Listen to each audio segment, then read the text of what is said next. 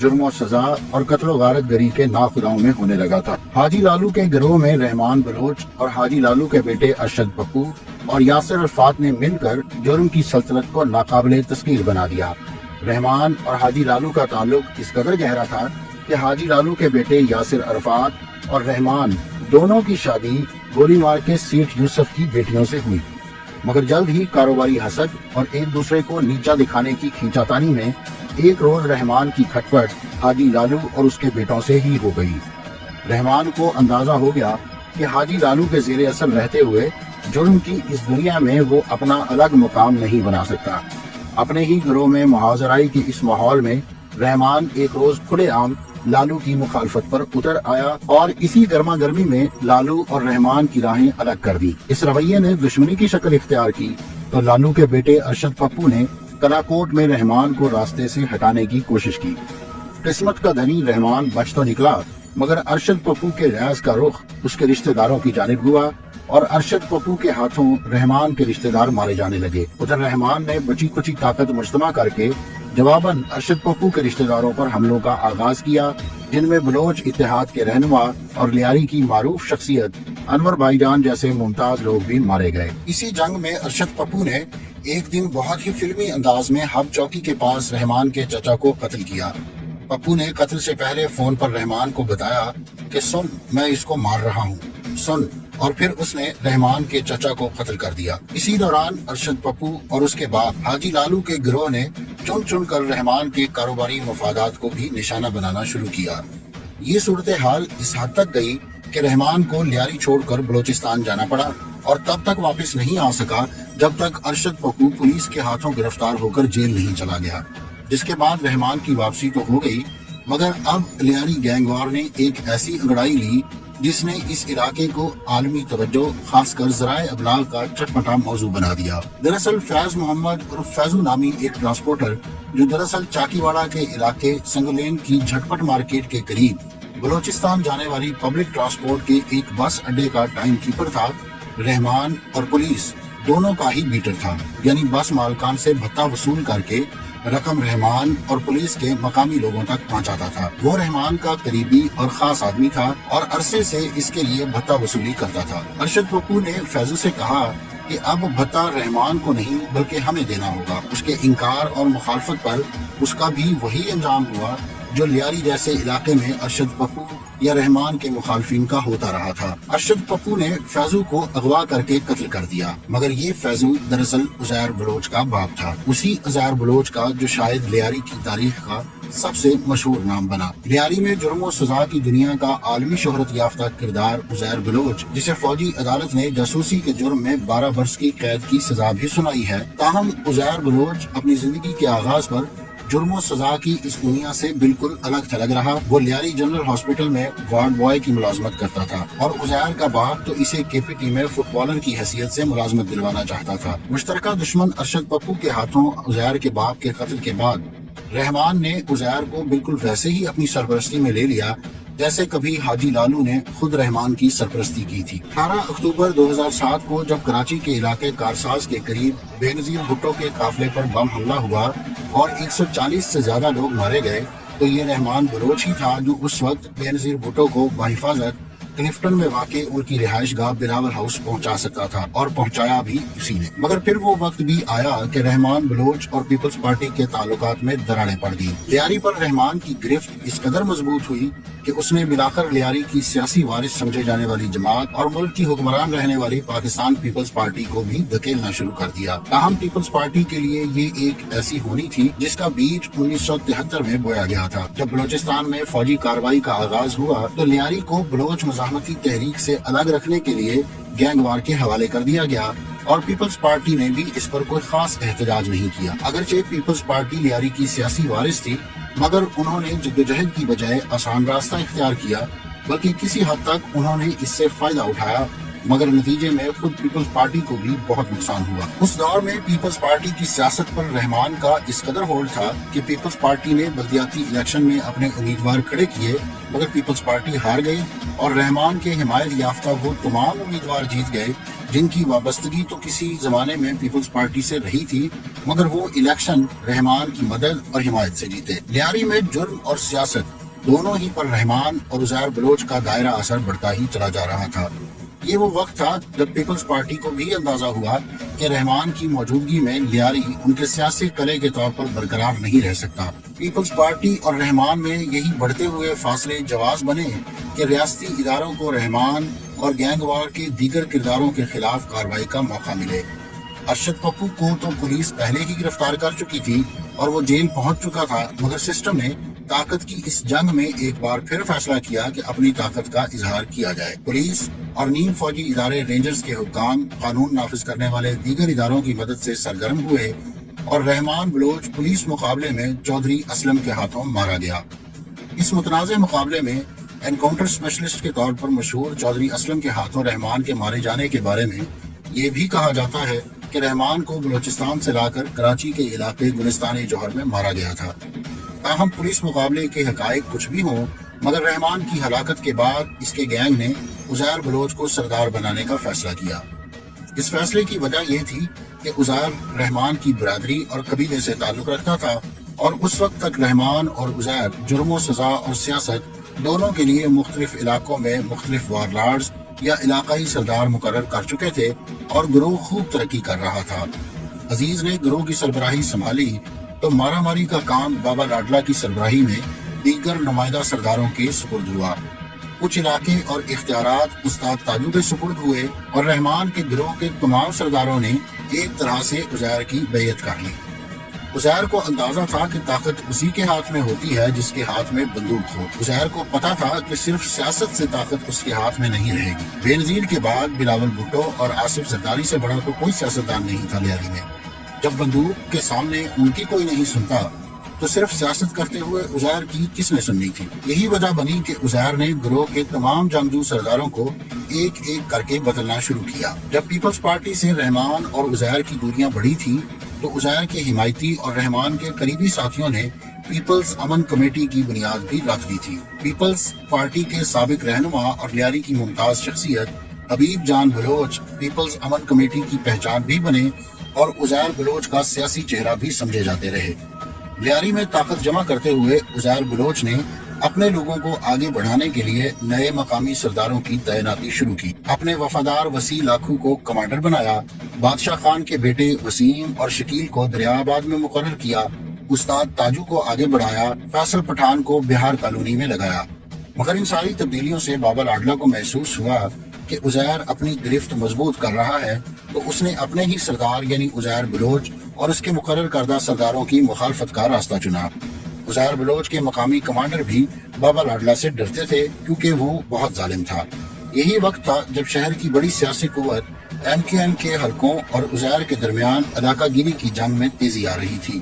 عزیر کا گروہ پاؤں پھیلا کر ان علاقوں سے بطاخوری شروع کر چکا تھا جہاں MQM کی سیاسی برتری یا انہیں اکثریت حاصل تھی۔ لیاری کی سرحدوں سے جڑے علاقوں میں گینگ وار کے کارندے کھلے بندوں بھتے کی پرچیاں بازاروں میں بانٹ رہے تھے۔ پھر ان علاقوں میں بلوچوں کے خلاف تشدد میں تیزی آئی اور رنچوڑ لائن سمیت کئی علاقوں میں بلوچوں کی لاشیں ملنے لگی۔ دوسری جانب نشتر روڈ اور دھوبی گھاٹ جیسے علاقوں میں مسافر بسوں سے لوگوں کو زبان کی بنیاد پر شناخت کر کے اتارے جانے اور اغوا اور بدترین تشدد کر کے قتل کر دینے کی وارداتیں شروع ہوئی۔ ایسے واقعات بڑھنے لگے اور بلوچوں کو لیاری کے باہر بھی دیگر علاقوں میں مارا جانے لگا۔ کسی دن 3 بلوچ قتل ہوئے تو کسی دن 7، اور یہ ہو رہا تھا جوڑیا بازار، آرام باغ اور اکبر روڈ کے علاقوں میں۔ یہ وہ زمانہ تھا جب عزیر بلوچ لیاری کا متفقہ لیڈر بن چکا تھا اور اہلیان لیاری نے متفقہ طور پر اسے سردار کا خطاب دے دیا تھا۔ ہر مرنے والے بلوچ کی ماں وزیر اعلیٰ کے گھر نہیں جاتی تھی بلکہ عزیر کے گھر کے باہر پہنچ کر فریاد کرتی تھی۔ مگر ان واقعات کی ذمہ داری MQM پیپلز پارٹی پر اور پیپلز پارٹی MQM پر ڈالتی رہی۔ یہ قتل و غارت مگر جاری رہی۔ دوسری طرف شہر میں لیاری کے علاوہ بلوچ آبادیوں میں رحمان کی جگہ سردار بننے والے عزیر بلوچ نے اپنی طاقت مضبوط کرنا شروع کی اور ملیر سے مواج گوڑ تک، لیاقت آباد بلوچ پاڑا سے خاموش کالونی تک اور جہانگیر روڈ سے اورنگی تک کی بلوچ آبادیوں پر اپنی گرفت مضبوط کرتے ہوئے منظم اتحاد بنائے۔ علاقہ گیری کا یہ کھیل 2 حصوں میں بٹ گیا تھا۔ ایک گروہ نے عزیر کی سیاسی اور عسکری حمایت شروع کی اور دوسرا گروہ وہ تھا جس میں MQM کی عسکری قیادت بھی شامل رہی۔ اور اس گروہ نے عزیر کے سب سے بڑے مخالف یعنی ارشد پپو اور لیاری کے ایک اور وارلارڈ غفار ذکری کی پشت پناہی شروع کر دی۔ بلوچستان کے علاقے تربت سے تعلق رکھنے والا غفار ذکری کسی زمانے میں رحمان کا حامی رہا تھا، مگر تب تک وہ رحمان کے گروہ کا مخالف ہو چکا تھا اور عیدو لین اور ذکری پاڑا جیسے علاقوں میں قدم جما چکا تھا۔ کہا جاتا ہے کہ پہلے کراچی کا کنٹرول MKM کے پاس تھا، مگر پھر لیاری کی وجہ سے بندرگاہ اور اطراف کے علاقوں کا کنٹرول عزیر کے پاس آ گیا تھا۔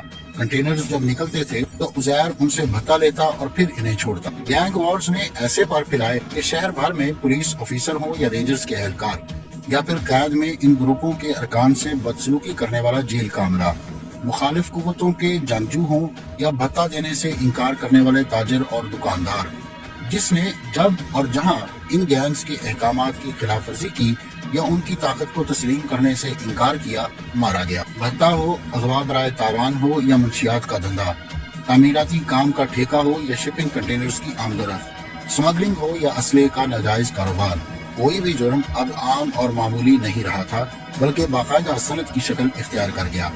اسی دوران ارشد پپو جیل سے چھوٹ کر آ چکا تھا۔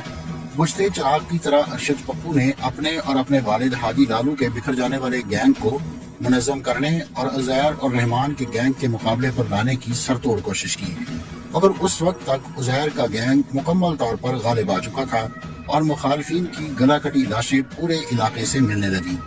پھر لیاری میں تھانے دار سے لے کر DSP اور SP تک کی تعیناتی عزیر بلوچ کی مرضی اور منشا سے ہونے لگی، یہاں تک کہ لیاری سے پیپلز پارٹی کے ٹکٹ پر کون انتخابات میں صوبائی اور قومی اسمبلی کا رکن بنے گا، یہ فیصلہ بھی عزیر کی مرضی کے بغیر نہیں ہو سکتا تھا۔ ایسے ماحول میں سیاست اور بندوق کی طاقت سے پوری طرح مسلح عزیر کو اپنے باپ کے قتل کا بدلہ لینے کا موقع تب میسر آیا جب ارشد پپو جیل سے چھوٹ کر آیا۔ ارشد پپو حاجی لالو کا وہی بیٹا تھا جس نے رحمان کی مخالفت میں عزیر کے باپ فیضو کو قتل کیا تھا۔ فلمی انداز میں قتل کرنے والے ارشد پپو کا اپنا قتل بھی بہت ہی فلمی مگر انتہائی بھیانک انداز سے ہوا۔ پپو کو ڈیفنس کے علاقے PNS شفا کے سامنے شیرو کے گھر سے اٹھایا گیا۔ شیرو پپو کا خاص آدمی تھا اور اس کا بھائی حامد بھی وہیں تھا۔ لیاری میں تعینات کم از کم 2 تھانے داروں جاوید بلوچ اور چاند خان نیازی نے اس کے لیے پوری مدد فراہم کی اور اس گھر سے ارشد پپو کو قابو کرنے میں اپنا کردار ادا کیا۔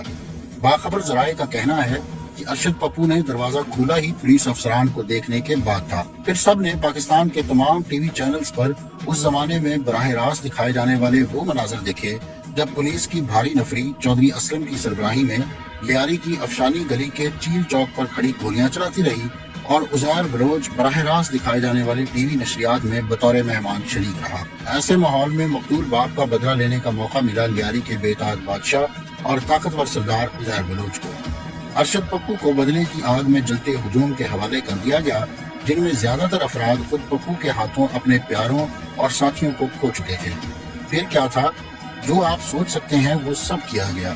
زندہ ارشد پپو کی انگلیاں کاٹی گئیں، ہاتھ پیر کاٹے گئے، چھری، چاقو، خنجر، جس کے ہاتھ میں جو ہتھیار تھا سب استعمال ہوئے۔ کسی نے پتھر مارا، کسی نے ڈنڈا۔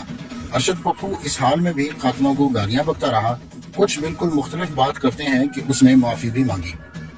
تاہم پاکستانی اخبارات میں شائع ہونے والی خبروں کے مطابق انتقام کی آگ میں جلتے مشتعل ہجوم میں تشدد کے بعد ارشد پپو کی گردن تن سے جدا کر دی اور اس کے کٹے ہوئے سر کو ٹھوکریں ماری گئی۔ لاش کے ٹکڑے کر دیے گئے اور بلاخر کٹی پھٹی لاش کے باقی ماندہ ٹکڑوں پر پیٹرول ڈال کر آگ لگا دی گئی۔ گینگ چھوڑ کر دشمن بن جانے والے عزیر بلوچ کے دوسرے مخالف بابا لاڈلا کا انجام بھی ظاہر ہے اچھا نہیں تھا۔ دبئی چوک کلری کے رہائشی بابا لاڈلا پر ایک فٹ بال میچ کے دوران بم سے حملہ ہوا۔ بابا لاڈلا تو بچ گیا مگر 6-7 دوسرے لوگ مارے گئے۔ بم حملہ موٹر سائیکل میں نصب دھماکہ خیز مواد کے ذریعے کیا گیا تھا۔ اس وقت تک گینگ وار کے ڈانڈے متشدد جہادی حلقوں سے جڑ چکے تھے۔ 200 سے زائد افراد کی گینگ کے سردار بابا لاڈلا نے بدلے میں عزیر کے انتہائی قریبی ساتھی ظفر بلوچ کو مار دیا، جس کا تعلق کسی زمانے میں پیپلز پارٹی سے رہ چکا تھا۔ اب ایک نئی گینگ وار کا آغاز ہوا۔ عزیر اور بابا کے کمانڈر بٹ گئے۔ سائے کو سائے سے خوف آنے لگا۔ کوئی کسی پر بھروسہ نہیں کر رہا تھا کہ پتہ نہیں کون کس کا دشمن ہے اور کون کس کا دوست، اور ہوا بھی یہی۔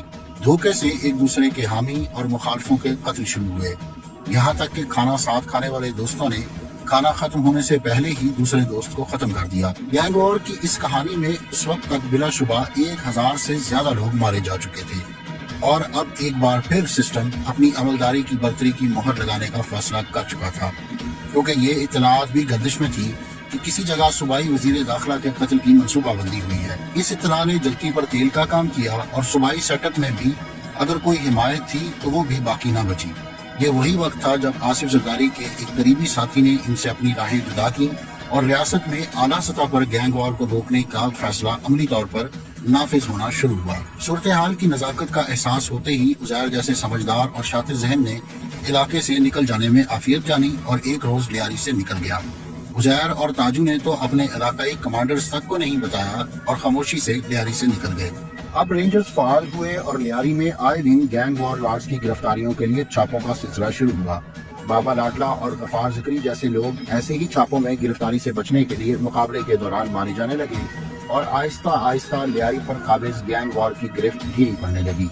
ان کا قتل بالکل اسی انداز سے ہوا جیسے رحمان مارا گیا تھا۔ کئی وار لارڈز اور ان کے گینگز کے ارکان اس دوران مارے گئے، مگر عزیر پہلے بلوچستان کے راستے ایران اور بلاخر دبئی جا پہنچا۔ 2013 کے اختتام پر عزیر جعلی ایرانی پاسپورٹ پر دبئی پہنچا، جعلی ایرانی شناختی دستاویزات اور سفری کاغذات استعمال کرتے ہوئے، جس پر کارروائی کرتے ہوئے اسے گرفتار کر کے پاکستان واپس لایا گیا۔ عزیر بلوچ کے مستقبل کا سوال اپنی جگہ، مگر اصل سوال یہ ہے کہ جس لیاری سے فلاحی شعبے میں عالمی شہرت یافتہ شخصیت عبدالستار ایدی جیسے سماجی کارکن 1988 کے سیول اولمپکس میں کانسی کا تمغہ اور ساؤتھ ایشیز گیمز میں لگاتار 5 مرتبہ گولڈ میڈلسٹ رہنے والے عالمی شہرت یافتہ باکسر حسین شاہ اور ملنگ بلوچ کیپٹن استاد محمد عمر جیسے عالمی سطح کے فٹ بالر پیدا ہوئے جو بین الاقوامی مقابلوں تک پہنچے۔ تعلیم کے شعبے میں علی محمد شاہین جیسے استاد، صحافت کے شعبے میں انگریزی اخبار ڈان سے وابستہ ہارون چاندی اور کرائم رپورٹر کاکا غلام علی اور صدیق بلوچ آئے۔ یہاں پیدا ہونے والے فنکار سلیمان شاہ، ابراہیم ڈاڈا اور انور اقبال برسوں تک ٹی وی پر اپنے فن کا جادو جگاتے رہے۔ اسی لیاری میں دادل اور حاجی لالو، رحمان بلوچ، عزیر بلوچ، بابا لاڈلا، ارشد پپو اور غفار ذکری جیسے لوگ کیسے پیدا ہوئے۔ ناظرین، یہ تھی آج کی ویڈیو۔